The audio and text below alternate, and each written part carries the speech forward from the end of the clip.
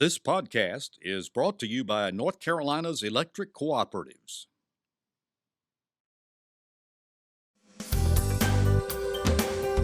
This is NC Spin, an unrehearsed discussion on issues of interest to North Carolinians. Now, here is your moderator, Tom Campbell.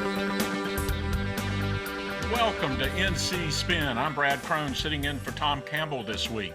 It's week one of phase 2 for North Carolina's reopening, and we'll take a look at how the state's doing. It's week 2 for the legislative short session. We'll see how the lawmakers are crafting a budget and many other bills, and see what's shaking on Jones Street. And it's summer book season. What are you reading? Our panel will share with you their list. Joining us this week include Anna Beavon Gravely, Executive Director of NC Free, Chris Fitzsimon, Director of the state's Newsroom, Rufus Edmisten, former Secretary of State and Attorney General, and John Hood, syndicated columnist and author. We'll begin our uninterrupted discussion after these brief messages from our underwriters.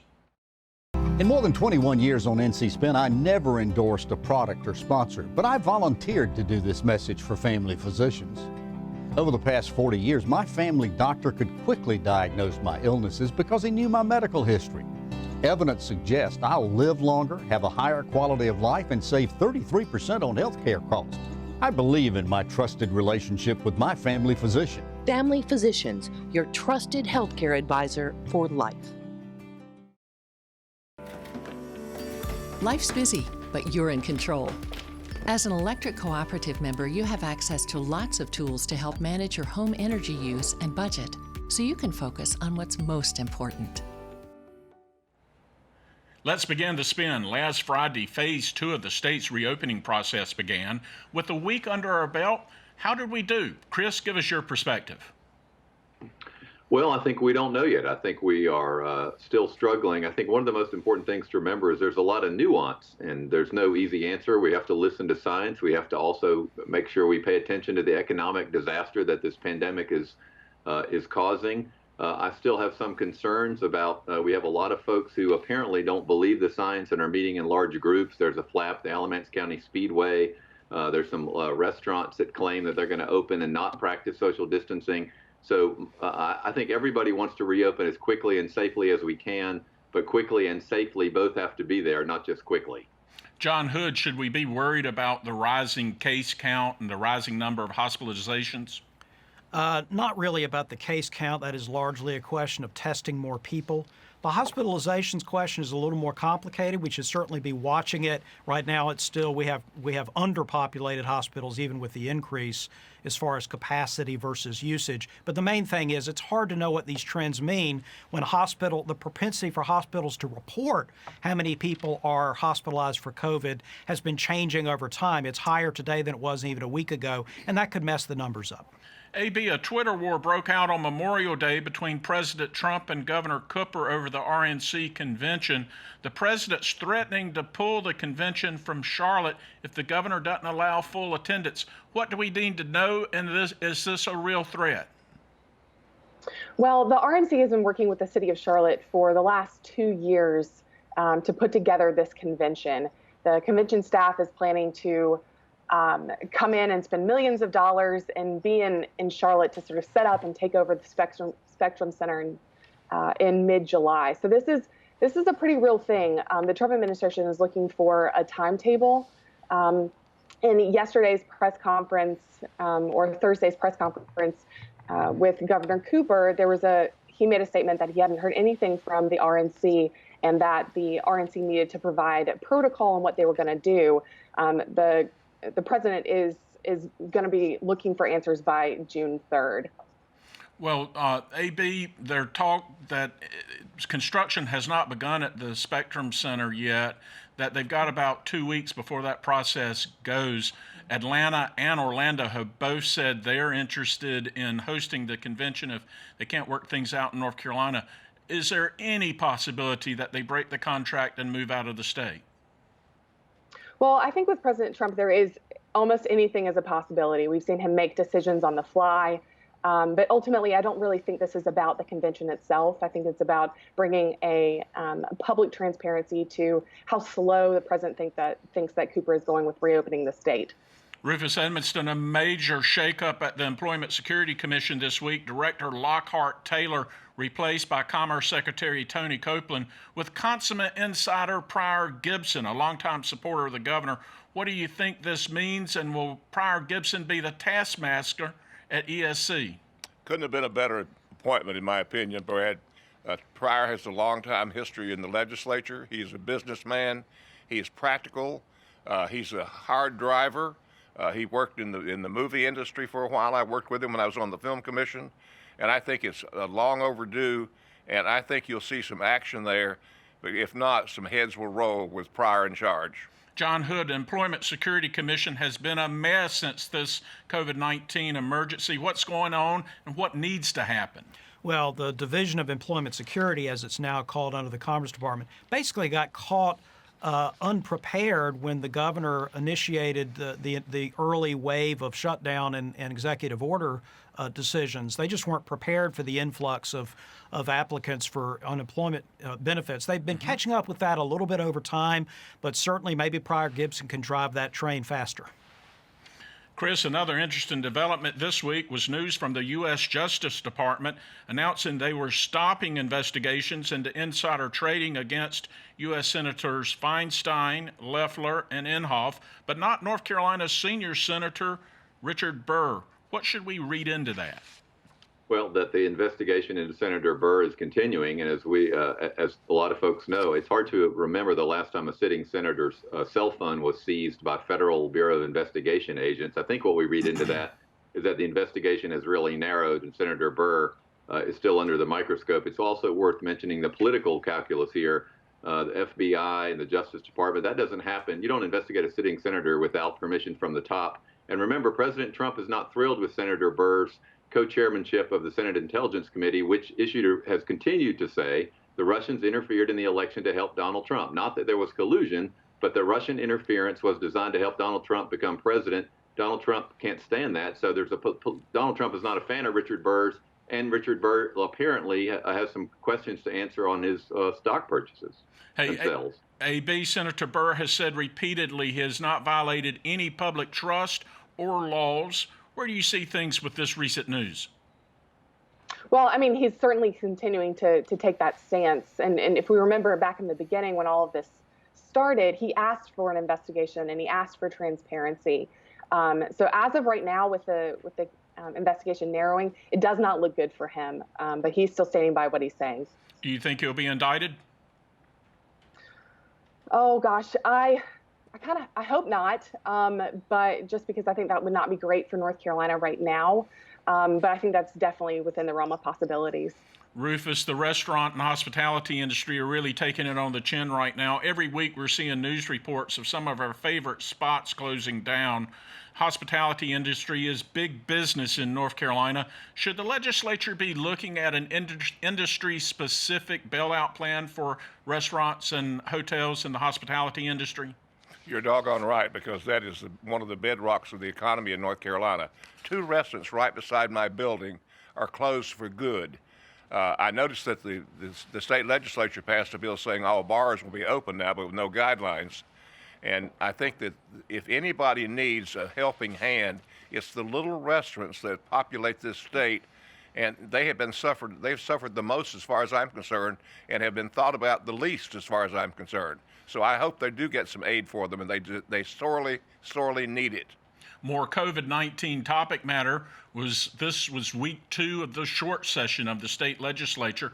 A lot of activity to report, much of it centered around budget preparations. John Hood, share with us your insights on the legislative progress and the state budget. And will Congress deliver much needed relief funds for state governments? Well, that's the key. One of the key questions lawmakers are sort of waiting for answers to before they move forward. Another one will be what is the July revenue number look like. They may wait and do the budget a little bit later than usual because they're waiting for either congressional action or additional revenue. But just keep in mind how big this problem is. We're talking about over the current and subsequent fiscal year combined something like $4 to $5 billion shortfall between what they thought they would get in revenue and what they're actually going to get. The governor's team started doing some limited budget savings in late April. I wish they had started that earlier, but I think that will accentuate. Of course, people are going to be concerned about COVID for weeks and months to come, but I think increasingly the fiscal and economic catastrophe facing North Carolina will become the center of the conversation. Chris, as you know, we didn't get a budget deal done last year. Will COVID-19 help bring together the governor and the Republican lawmakers? I think there will be. There appears to be, and we'll talk about it. There was a bipartisan election bill passed. I think that you will, in the House, I think that you will see probably more cooperation on most things. I still think there'll be some hangups on individual issues, but I think you will see more cooperation. The question is, as we get closer in the mid to late summer, when people start thinking more about the election, will that bipartisan spirit continue? Rufus, President Pro Tem Phil Burr said last week that the state's looking at a $4 billion budget shortfall. You've been talking with senators and representatives. What's their feeling about the shortfall? How do they plan to deal with it? Well, Brad, it's been a big resounding no, meaning that they're going to tell people no for any increases in vital health needs, vital this, vital that. It is a negative feeling in the General Assembly about our budget, and I think it's only going to get worse because we don't have all the numbers in yet. And it is one where if you're expecting to get a big amount of money this coming session, forget it. So the educators, teachers, public education, universities probably put on hold this year, Rufus? I think so. I hate to say that, but I believe so. AB, you hear from the business community as executive director at NC Free every single day. What are business leaders across the state saying? There's a lot of confusion and there's a lot of frustration. We're seeing that with lawsuits being filed against the governor. We've seen one this week from gyms. There's just a lot of unknown out there and the risk that they've taken on, and a lot of the business community is really divided into small and large businesses, and we've seen that community-owned businesses really hit hard, and they're really pushing to be open and to operate so that they can survive. Well, there's some other important issues before the General Assembly going on during the short session. Let's take a quick spin through those hot topics. John Hood, legislation to bring back the back-to-school tax holiday. What's its chances? Well, I think that the sales tax holiday wasn't just suspended, it was expelled, and I don't think it's coming back. It's a gimmick, and I just don't think there's much sentiment for it in the legislature at this point. Chris, the Democrats seem poised to make Medicaid expansion an issue in the short session. Does it have merit? Will it get anywhere? Well, as you know, I think it has merit. I think it still faces an uphill battle. I was disappointed. The House, as you know, passed Medicaid expansion in their original the first COVID bill that the General Assembly passed. The Senate decided not to do that and give money to hospitals instead. I think that House Democrats will continue to push it. I think the Senate primarily will continue to oppose it. AB, redistricting reforms back on the table. The FAIR Act calls for an independent redistricting commission, but the bill hasn't been able to get out of committee. Will this be the Lazarus bill this session? I think it'll have a hard time breaking through with all the conversation about COVID and the focus on businesses and restarting the economy. But certainty in North Carolina politics is always spelled with a question mark, so it's a possibility. Rufus, in the state Senate, there's legislation filed that would create a position called the North Carolina Surgeon General. Who would be the state's top healthcare executive expert in the state appointed by the governor? Do we need a Surgeon General in North Carolina, or should we stick with what we got, the state health director? I don't see how we have anything to fix. You've got one of the best secretaries of Health and Human Services in the nation, Dr. Mandy Cohen. You have Mark Benton, the state health director, who's working 16 hours a day. And you just would have a name, in my opinion, only, and probably another bureaucratic step along the line. I think don't fix it if it doesn't need fixing. Finally, there's legislation, House Bill 1122. It would expand broadband internet into rural and underserved regions of the state, helping teachers and students who can't get access to the internet. What's its chances? Will it get done? Let's go around the table. Start with AB. I think this is an opportunity to get a really quick bipartisan layup. So I think this is something that we'll see some rallying around and coalition on. Rufus, what's your take? Well, I've been pushing for this ever since I was the chairman of the commission way back there before the internet became so smart. And it is the one place that we're lacking, and it needs to be done and done quickly. Chris?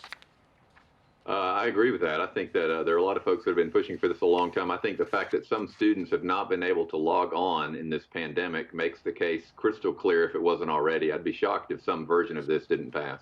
And John Hood. I think what Chris said is exactly right. This is the tipping point here has been rural access for students attempting to attend K-12 or university or college classes. At least a focus on that will probably succeed. Let's move on. As things start to get back to normal, the fight between rival Native American tribes seems to be heating up. The Eastern Band of the Cherokee are ramping up their public relations machine and legislative lobbying in an effort to stop the Catawba Nation from building a multi-million-dollar casino operation in Cleveland County.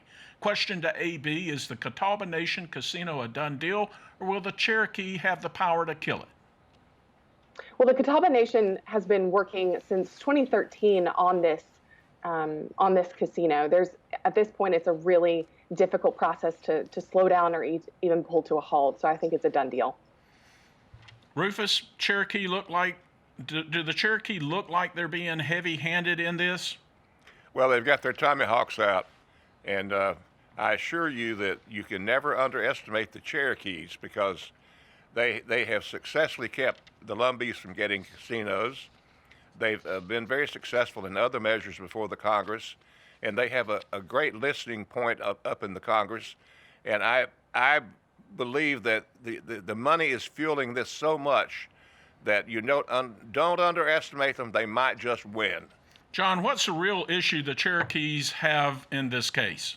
Well, I'm tempted to talk about the rivalry between the two groups going back to the 1700s when they used to fight wars. But I think the most immediate problem is revenue. I think the Cherokees want to protect the revenue flow from its casino. The more casinos there are, the more competition there is, and that'll reduce the profit margin.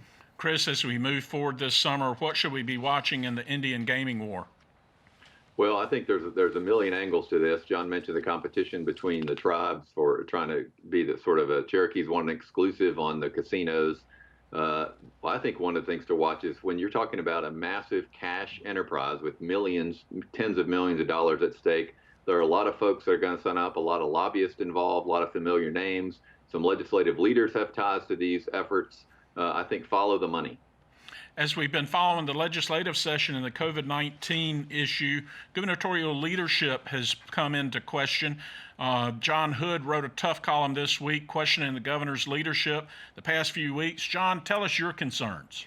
I just think that the governor has not been acting quickly enough with enough urgency about all the various aspects of the problem, from the jobless benefits to the economic desolation among restaurants and hospitality workers.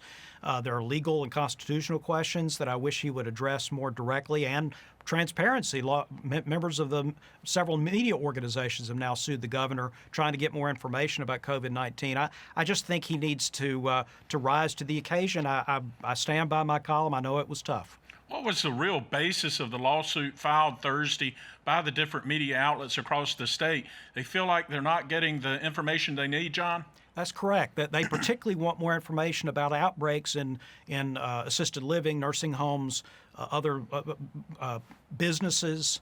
That more information would be helpful in my view, but I think the administration has been hesitant to provide some of that information, some of it about privacy or panicking people. I think that's a mistake. I think the media organizations are correct. I think the governor should just they shouldn't fight this lawsuit. They should just start complying. Chris, Democrats seem to be giving the governor high marks. Is this more partisan divide, you think?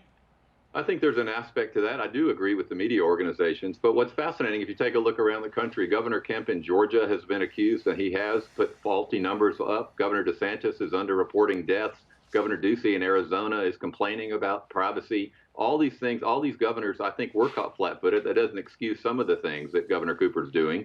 I actually think he's done a decent job in this. I think he should be more transparent. Interestingly, a lot of the transparency concerns are about nursing homes. There's a lot of meatpacking plants. A lot of those companies don't release those results. The pressure should be on them as well. This is a complicated issue. I think the majority of North Carolinians believe the governor's doing a good job, and I do too. Rufus, what would your advice be to Governor Cooper? I would remain steady, remain seasoned like he's been, remain calm. Don't be emotional. and to study this question very hard about the Republican convention and what restrictions, if any, shall be put on it. I think that will be one of the defining moments of his administration, because it is a big, big deal. AB, grade the governor's leadership. I'm going to give that a C. A C on leadership. All right, that's pretty harsh there. On another topic, it's summer reading season for sure, and we wanted to share with you what the panel members are reading. I'll start it off. I'm reading Eric Larson's book, The Splendid and the Vile, a book written about the Battle of Britain and Winston Churchill's first year as service as Prime Minister in Great Britain during World War II. Absolutely riveting book. Rufus, what's your book this summer? This book is Huey P. Long. It's the third time I've read it since I was in college. And it's written by Harry Williams, and it's the definitive thing of the most amazing man, I think, that has ever been produced in American politics. AB, what are you reading?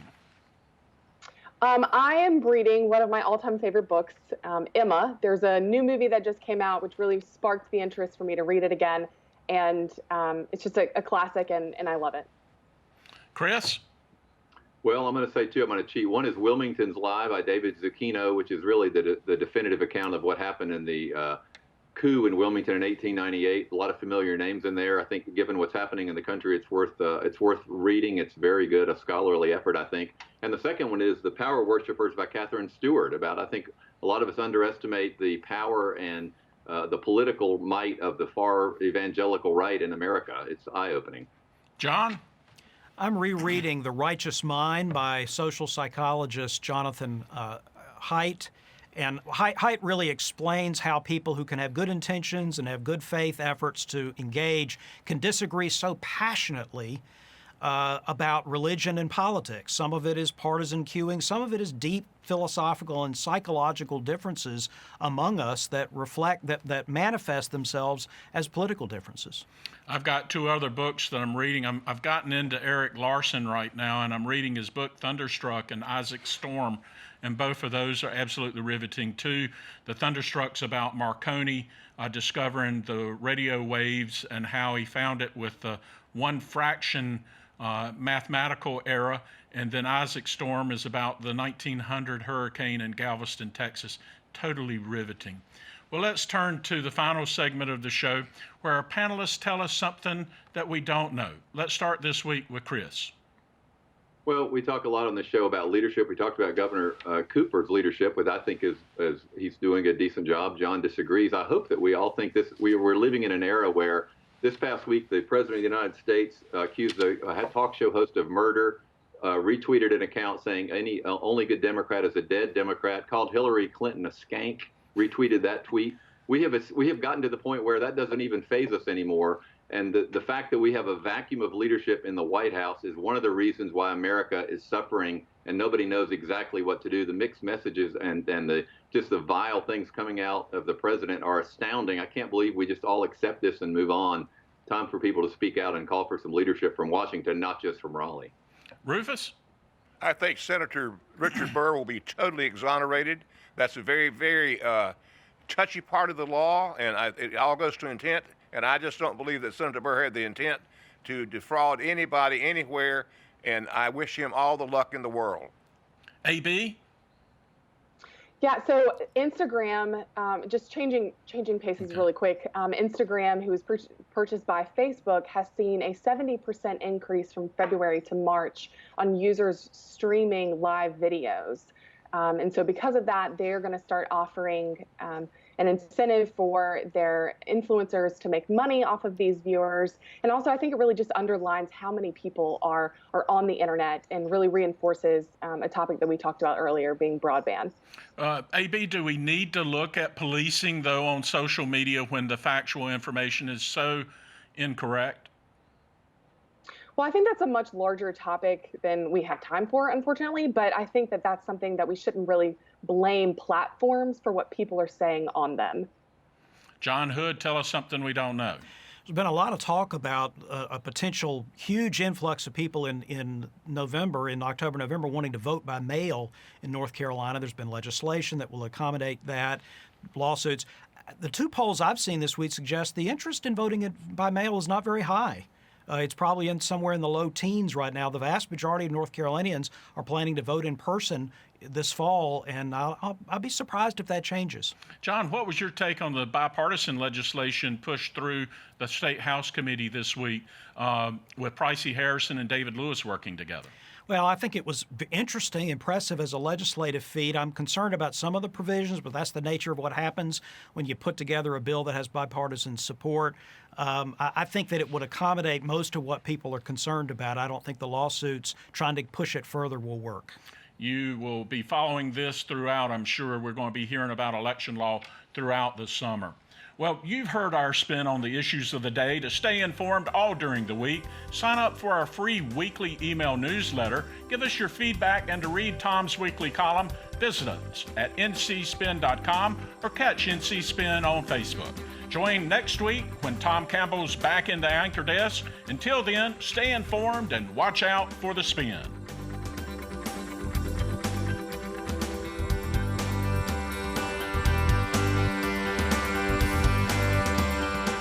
In more than 21 years on NC Spin, I never endorsed a product or sponsor, but I volunteered to do this message for family physicians. Over the past 40 years, my family doctor could quickly diagnose my illnesses because he knew my medical history. Evidence suggests I'll live longer, have a higher quality of life, and save 33% on health care costs. I believe in my trusted relationship with my family physician. Family Physicians, your trusted healthcare advisor for life. Life's busy, but you're in control. As an electric cooperative member, you have access to lots of tools to help manage your home energy use and budget, so you can focus on what's most important. North Carolina Channel is made possible by the financial contributions of viewers like you who support the UNC TV network.